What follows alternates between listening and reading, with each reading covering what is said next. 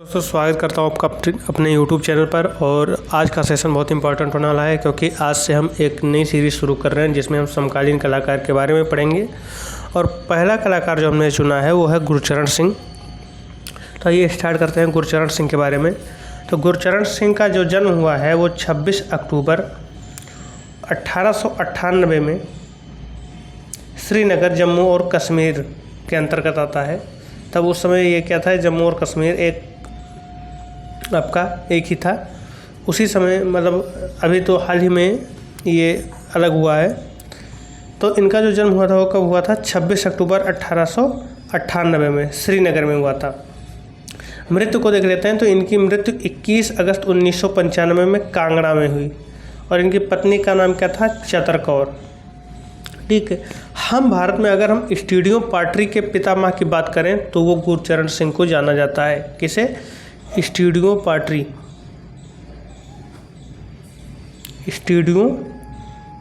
Party. तो इसके जो पितामह हैं वो किसे माना जाता है, गुरचरण सिंह को माना जाता है। ठीक है, और ये चीज़ें जो हैं वो जो गुरचरण सिंह है उन्हें मिट्टी के कलाकार कहें तो कोई संयोग नहीं होगा, वो मिट्टी के कलाकार ही थे। उनकी जो कलात्मक चीज़ें हैं वो मिट्टी से ही बनी हुई हैं और जो कुछ भी है वो पार्ट्री से ही संबंधित है उनकी। नेक्स्ट पॉइंट है कि गुरचरण सिंह ने 1918 ईस्वी में वेल्स महाविद्यालय जम्मू से भूगर्भ विज्ञान में बीएससी की उपाधि प्राप्त की। ठीक है, इन्होंने बीएससी की उपाधि प्राप्त की थी। उसके बाद होता क्या है कि इनके पिता के एक मित्र होते हैं राम सिंह काबुली। वो उनके पिता से कहते हैं कि आप अपने बेटे को भेज दीजिए हमारे भट्टे पर। उनका एक ईंट का भट्टा होता है तो ये चाहते हैं राम सिंह जी कि गुरचरण सिंह उनके यहाँ पर काम करें।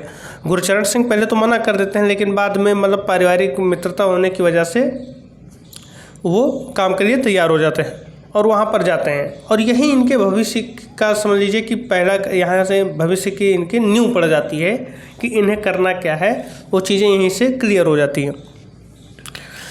तो इन्होंने ईंट भट्टे पर काम करना शुरू कर दिया अपने पिता के कहने पर। और वहाँ पर इनका जो प्रशिक्षण हुआ या एक तरीके से कह दीजिए कि जिसके अंतर्गत इन्होंने मतलब कुछ सीखा वो थे पठान अब्दुल्ला। ठीक है, पठान अब्दुल्ला पारंपरिक रूप से मृत्तिका शिल्प के लिए ही, मतलब उनका जो परिवार था वो मृत्तिका शिल्प के कार्यों में विशेषज्ञ था। तो ये वहाँ पर पठान काबुली वाला से पठान अब्दुल्ला से चीज़ों को सीखते हैं। ठीक है,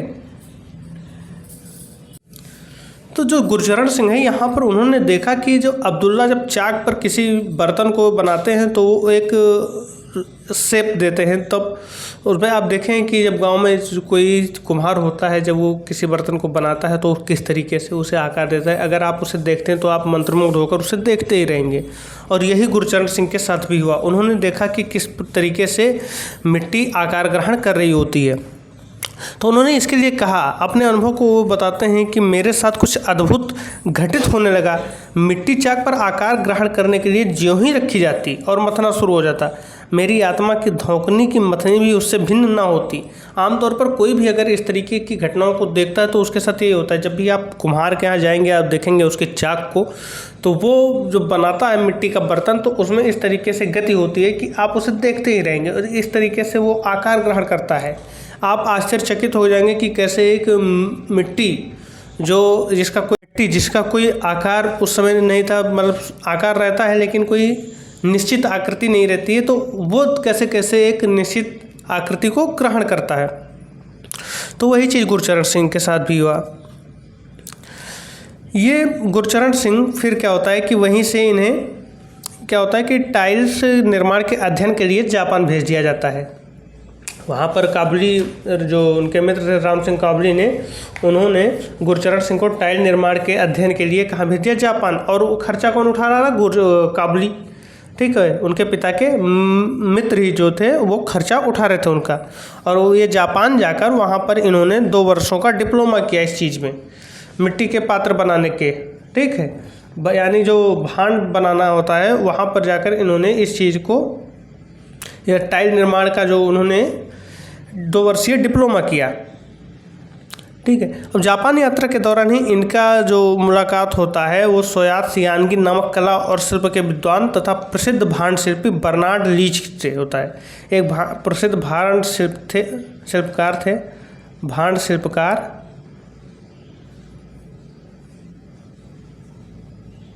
बर्नार्ड लीच, वहाँ उनसे मुलाकात होती है और धीरे धीरे इनकी जो रुचि होती है वो भांड शिल्प की ओर मुड़ जाती है और यहाँ तक पहुँच जाती है कि वो भारत आने से पहले सन 1922 में उन्होंने अपनी पहली एकल भांड कला प्रदर्शनी टोक्यो में होशी फार्मेसी में आयोजित की। किस सन में? 1922 में। ये आपको ध्यान रखना है। तो पढ़ते हैं कि इनका आकर्षण भांड शिल्प की ओर गया और भारत वापसी के पहले इन्होंने 1922 में अपनी पहली एकल प्रदर्शनी भांड कला प्रदर्शनी टोक्यो में होशी फार्मेसी में आयोजित की। ये भारत लौटने से पहले इतना मतलब इनकी रुचि भांड शिल्प में जागृत हो गई कि इन्होंने मतलब उसके निर्माण को अच्छी तरीके से सीखा और उसके बाद इन्होंने अपनी एकल प्रदर्शनी भी लगा दी वहाँ पर। ठीक है। उसके बाद जब ये भारत आते हैं तो राम सिंह काबली की पुत्री, जो इनके पिता के मित्र थे, उनकी पुत्री से ये अपना विवाह कर लेते हैं। उसका नाम रहता है चतरकौर। ठीक है। और अपनी कार्यशाला पर काम जारी रखते हैं। जो सीख कर आए हैं वो चीज़ें ये अपनी कार्यशाला में करते रहते हैं। एक अब्दुल्ला इनके गुरु हुए जो इनको मिट्टी फेंकने की तकनीक के बारे में बताए। ठीक है। प्रक्षेपण तकनीक जिसे कहते हैं या मिट्टी फेंकने का कौशल जो होता है उसके बारे में इनको बताया और इनकी दक्षता को परिपक्व किया वहाँ पर। लेकिन धीरे धीरे जो इनकी रुचि होती है वो किधर होती चली जा रही थी? दिल्ली ब्लू पॉटरी में शीशे के लेप से युक्त खपड़ों तथा जालियों के निर्माण। ठीक है। ये अभी तक भांड शिल्प की तरफ थे। अब धीरे धीरे उनकी जो रुचि हो रही थी वो दिल्ली ब्लू पॉटरी में आ गई थी और वहाँ पर उनकी रुचि किस में थी कि शीशे के लेप से युक्त। ठीक है। जो एक कपड़ा होता है उस पर जो शीशे का लेप लगा होता है, इस तरीके के जो टाइल्स होते हैं, कपड़े को ही टाइल्स कहते हैं, तो उसमें इनकी होने लगी धीरे धीरे रुचि। ठीक। और इसके लिए उन्होंने दिल्ली ब्लू पॉटरी में 16 वर्षों तक काम किया। 16 वर्षों तक उन्होंने दिल्ली ब्लू पॉटरी में काम किया। फिर क्या होता है कि 1939 में गुरचरण सिंह एक सरकारी मिट्टी पात्र संस्थान में काम करने लाहौर चले जाते हैं। बाद में जब विभाजन होता है तो वहाँ से आ जाता है और उसी प्रकार का एक संस्थान अम्बाला में रहता है, वहाँ अम्बाला में काम करना शुरू कर देते हैं। वो 1952 तक ये काम करते हैं और उसके बाद अपना एक मतलब अपने से ये शुरू करते हैं, एक चीज़ अपने स्तर पर ये आकर इस शिल्प को प्रारंभ कर देते हैं।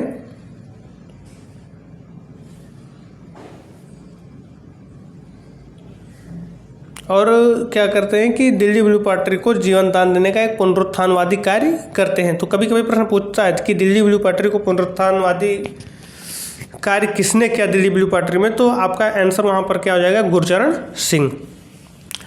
ठीक है। और ब्लू पॉटरी की जो निर्माण कला है वो बहुत ही प्राचीन है। लगभग 5000 ईसा पूर्व से ही ये चीज़ें चल रही हैं। 5000 वर्ष पूर्व यानी लगभग मान चलिए कि 3000 ईसा पूर्व से ये चीज़ें पहले से ही चल रही हैं सारी चीज़ें। गुरुचरण सिंह की दिल्ली ब्लू पॉटरी दुनिया भर के पॉटरों के लिए मक्का की तरह थी। फिर आइए हम देखते हैं कि गुरुचरण सिंह के जो कार्य हैं वो हमें कहाँ कहाँ मिल सकते हैं। तो उनके जो कार्य हैं वो दिल्ली के प्रसिद्ध इमारतों में देख सकते हैं। कहाँ कहाँ? ओबेरॉय इंटरकॉन्टिनेंटल, इंपीरियल होटल में, त्रावणकोर भवन में नीले हाथी जो है, त्रावणकोर भवन में नीले हाथी, इंडिया इंटरनेशनल सेंटर में, फोर्ड फाउंडेशन बिल्डिंग्स में और ओडियन सिनेमा आदि में इनके कार्यों को हम देख सकते हैं।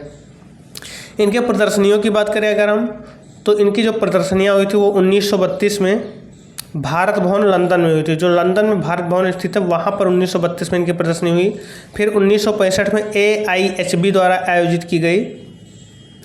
नेक्स्ट पॉइंट क्या है कि 1991-92 ईस्वी में गुरचरण सिंह ने दिल्ली ब्लू पॉटरी ट्रस्ट बनाया और 1974 में साहित्य कला परिषद द्वारा सर्वश्रेष्ठ कलाकार के रूप में पुरस्कृत किए गए। ये चीज़ें आपको ध्यान में रखना है कि 1974 में किसके द्वारा? तो साहित्य कला परिषद द्वारा सर्वश्रेष्ठ कलाकार के रूप में पुरस्कृत किए गए।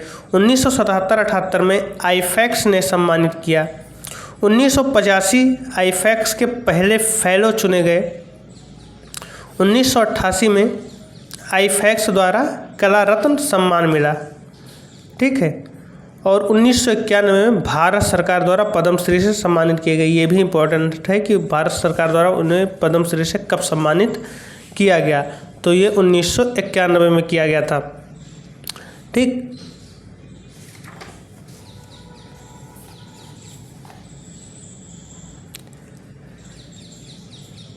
तो ये थे गुरचरण सिंह साहब के बारे में कुछ बातें।